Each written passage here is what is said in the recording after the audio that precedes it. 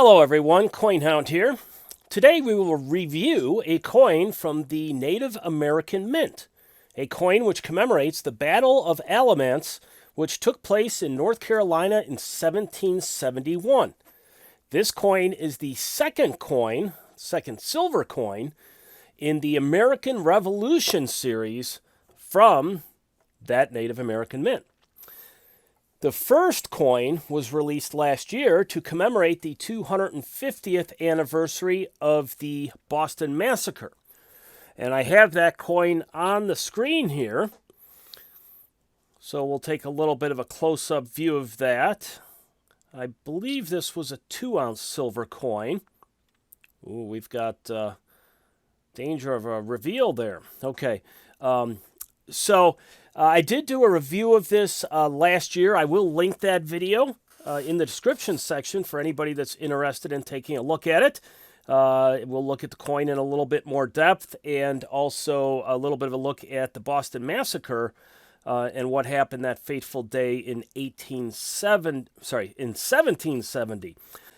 Anyway, so that link's there if you're interested in it. I'm not going to show you the back because it's the same reverse design as is on this new coin here. So as I said, this one commemorates the Battle of Alamance, the 250th anniversary. So it appears, and I don't know this for sure, but it appears that the Native American Mint is in the lead up to the 250th anniversary of the Revolution, doing coins that are commemorating various events at their 250-year point. First the Boston Massacre, now the Battle of Alamance. And then we'll see what comes next. All right. So this coin here is a smaller coin. It's a 1-ounce coin. And it is packaged a little differently than the original one. It is a colorized silver coin here, and does have this certificate of authenticity that does have the specifications on it. So up here on the front side, we see Native American Mint's logo down there. We see the title of the series, and we see the flag with the 13 stars on it. And then turning this over, a little bit of information here, a $1 denomination, and this is a tribal coin. 2021, 1 ounce of 3/9 fine silver, 39 millimeters. It is of proof quality. Silver mintage 1000, color mintage 776. So there are two versions of this coin. I have the colorized one, and there are, as it shows, 776 of those minted, and then 1000 of a standard silver coin, which is a little bit less expensive. And the total mintage for the two versions combined is 1776. As it notes, legally authorized by the Mesa Grande Sovereign Nation. So this is a legal tender within that community. What particularly or specifically that means economically and legally, I don't know. But that's the story, okay? So let's take a look at this coin here, and we'll move this one out of the way as it's a bit distracting. And we have the front side here, which has a battle scene. It is colorized. Let me see if I can zoom this up a little bit. So you have at the bottom 1771 to 2021, the 250-year anniversary, Battle of Alamance at the top. And then you have this image of, I guess, militiamen, fighters, shooting their muskets. And you can see that the coin is not flat. It does have a bit of a relief to it, or a raised aspect. And so the coloring enhances that to a certain extent. And I know that colorized coins are controversial in the community. A lot of people really don't like them. I'm more of a case-by-case basis. Some of them I like, some of them I don't. I do like this one. When the original one, the Boston Massacre one, came out, there was not, at least that I was aware of, a non-colorized version. So I figured for the second one, I might as well maintain the pattern and get the colorized for this one as well. So just a real nice little scene there. And then when you flip it over, you have a non-colorized image titled America at the top. And this is pretty much the same back that the first coin in the series had. You have a depiction there of the Liberty Tree, which was a tree in Boston Common, I believe, which was a gathering place for colonists, and sometimes they came together there to share grievances and the like. You can see as we enlarge this, you have Mesa Grande Sovereign Nation on the ribbon held by the eagle. You have the Liberty Tree, and then you have various colonists gathered around the tree. And it looks like a couple of them are waving their hats. And there's the detail on the tree itself. You have the $1 designation. And you have a bunch of stars, which are a nice touch as well. Okay, so let's pull this back a little. Okay. So that's the reverse, I believe. And here you have the front. So let's learn a little bit about the battle, what happened, and why it's significant. Before we get into the details of the battle, I do want to note a couple things. First off, the state of North Carolina has a historic site at the battleground. It is a state historic site, so you can visit that site if you have an interest in historical locations and sites that are, a little bit off the beaten path. And by off the beaten path, I don't mean geographically, but I mean historically, that they're not as significant an event. It's not one of the real massive events. I'm sure most Americans probably have never heard of the Battle of Alamance. I did not know about it till very recently. So it is a North Carolina historic site. They do have events there periodically, like reenactments and the like, and here's a photo from one of those.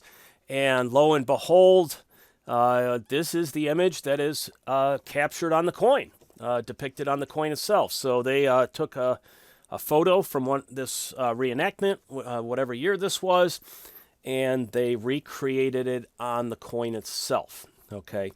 And if you like history and you've never been out to a reenactment, whether it's a American Revolution reenactment or a Civil War reenactment, I would encourage it. They do tend to be a fun time for all involved, adults and kids.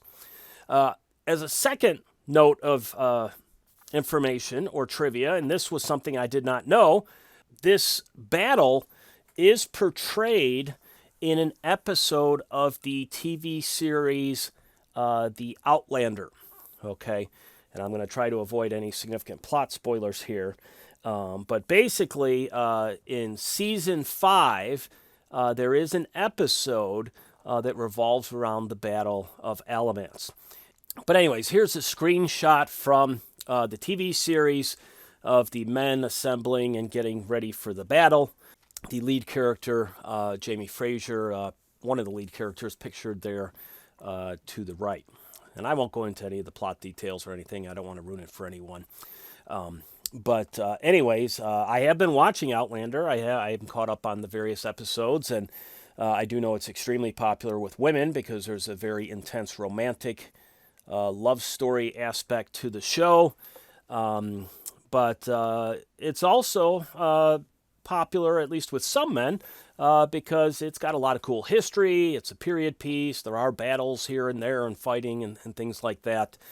So it does have a little bit for everyone. Although I would say definitely not appropriate for kids, because there is some pretty mature scenes in the series. But anyway, so I was kind of surprised because I had watched this probably 5-6 months back, and I remember this episode, but I wasn't familiar with the battle at the time, and I didn't really know what was going on. And now I may have to go back and watch that episode now that I've learned a bit about the battle. So kind of a neat little thing there. So let's talk about the battle itself, okay, as we have this little road marker here. And I just got a couple blurbs of information. Won't take long at all, but I encourage you to bear with me here because it is an interesting story. And it does put forward some of the themes that are going to reemerge a few years later in the American Revolution. And I've taken this off of the website of the Friends of Alamance Battleground. And I guess it's a charitable organization that helps out with the battlefield. And I've taken their information, I've kind of abbreviated a little bit, streamlined it so we can get through it quickly. Anyway, so what's the story on the battle? All right, so the colony of North Carolina in the 1760s was divided internally in a way that may be familiar to some of our political debates today. You had kind of an elite wealthy class that dominated life in the colony, that dominated the government. The government often acted in their best interests. And then you had kind of the everyday folks who felt they were kind of shut out of the system. And this is going to lead to conflict.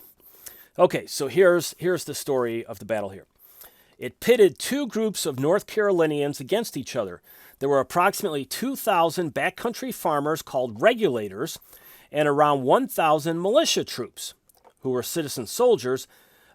Those citizen soldiers, the militia, was under the command of Royal Governor William Tryon. And these two sides were involved in a 2-hour battle. And the battle, I should note, as an aside, was named after a creek that was nearby.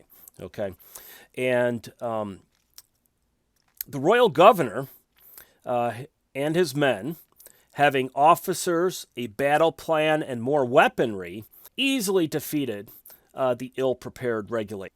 Afterwards, Governor Tryon reported that 9 of his men were killed and 61 wounded. The casualties of the Regulators are uncertain, but are generally estimated to be a bit more. So basically, the Regulators were these everyday folks I was talking about that were unhappy and were kind of causing some trouble. And the militia was acting on behalf of the colonial government, the governor, and in turn, ultimately the British government. Okay. And basically, what was going on? Why did this battle happen? Unfair taxation, dishonest, corrupt government officials, and a lack of representation were the basic concerns of these Regulators, these everyday folks. In most cases, government officials in the colony attained their positions through appointments by men in power, not by elections involving the citizenry. The geography of the colony kind of played into this as well. Many of these everyday folks were living inland in the western part of the colony, and due to the geography and lack of rivers and stuff, they had very limited trading capabilities with their fellow colonial citizens in the east, more near the Atlantic seaboard. And these western farmers led a very simple life. It was a harsh life. They depended on farming, and they kind of bartered their basic goods to meet their needs. Very few of them would ever reach a point where they could be considered wealthy or that they would have any significant education. With the coastal area of North Carolina in the east having been settled much earlier, the residents there, in contrast, were much more established. They were wealthier. Their lives were more stable financially. So they enjoyed more comfortable lifestyles. They had a lot more educational opportunities. And living near the seaports there, they enjoyed direct trade with England. So basically, the eastern half of the colony was much more prosperous. And it was also, as it mentions, they tended to adopt a very aristocratic lifestyle, like that of their compatriots back home in England. With the colony divided basically into two cultures, two different societies, and those in the east controlling the government, controlling the appointment of officials, the backcountry people, those out to the west, felt very alienated, and they did not feel their interests were being looked out for. So initially, the people in the West sought peaceful means to bring attention to their grievances, giving speeches, writing correspondence, doing petitions. They formed an organization called the Association that later on became known as the Regulators. However, they did not get any real constructive response from the government, so they became angry over time, frustration grew, impatience grew, and this brought about violent activity, including two major riots. The first riot taking place in the spring of 1768, when the county sheriff seized a regulator's horse and a saddle for payment of taxes. Incensed, the regulators entered the town. They captured the sheriff and retrieved their fellow regulators' property, the horse and his tack. And then there was another incident in 1770, 2 years later. This one was a bit more violent. It involved disruptions of courtroom proceedings, staging of mock trials, and the physical beatings of government officials. So things were beginning to escalate. Now, in response to the escalation, Governor Tryon and the Legislative Assembly felt they had no choice but to raise a militia and to send it into the western counties to restore law and order. In May of 1771, in a roughly 2-hour battle, turned out to be very one-sided in favor of the militia. And that pretty much brought to an end the regulator uprising. Now, this is being, by the Native American Mint, this is being touted as connected to the American Revolution, as being kind of a preliminary or forerunner of the American Revolution. From my own personal perspective, there are some thematic connections, but it's not real clean cut. It's not like the general consensus by historians is the regulators who were kind of rebelling in a way. They weren't seeking to overthrow the government. They weren't seeking independence. They weren't seeking to start a new country. They just wanted a government that would be responsive to their needs. So they were expressing their frustration with their government. Also, from what I've read, when the revolution does come, 5 years down the road, the loyalties are going to be kind of jumbled and mixed. The regulators, some of them are going to stay loyal to Britain, and some are going to go with the revolutionaries. The militiamen who had represented the government at the time of Alamance, some of them are going to go over to the patriots, to the revolution, and some of them are going to stay loyal to the crown. But the themes are similar. The unhappiness with taxes, the unhappiness with having representative government that is responsive to your needs. Those themes will carry over to the American Revolution. And they are themes that don't just pop up in the 1770s. In the late 1600s, there was another very well-known rebellion called Bacon's Rebellion, in which former indentured servants in Virginia who were living on the frontier to the west, just like was the case in North Carolina, did not feel that their government was responsive to their concerns and their needs. And there was an uprising in Virginia. So that idea of the everyday folks not feeling represented, not feeling like their interests are being met, and kind of frustration boiling over against the so-called elites, if you want to call them, using some of the lingo from today, was a theme running and popping up throughout the colonial experience. So anyways, I hope you enjoyed the coin. I hope you enjoyed the little bit of the history there. I appreciate you watching. If you're still here and listening, that's so awesome. Thank you for making your way through. I hope it was worth it. Please hit the like button. That definitely helps the channel. Subscribe, hit the notification bell. Let me know in the comments what you think. I'd appreciate that. And I hope you all have a great day, a great evening. This is CoinHound.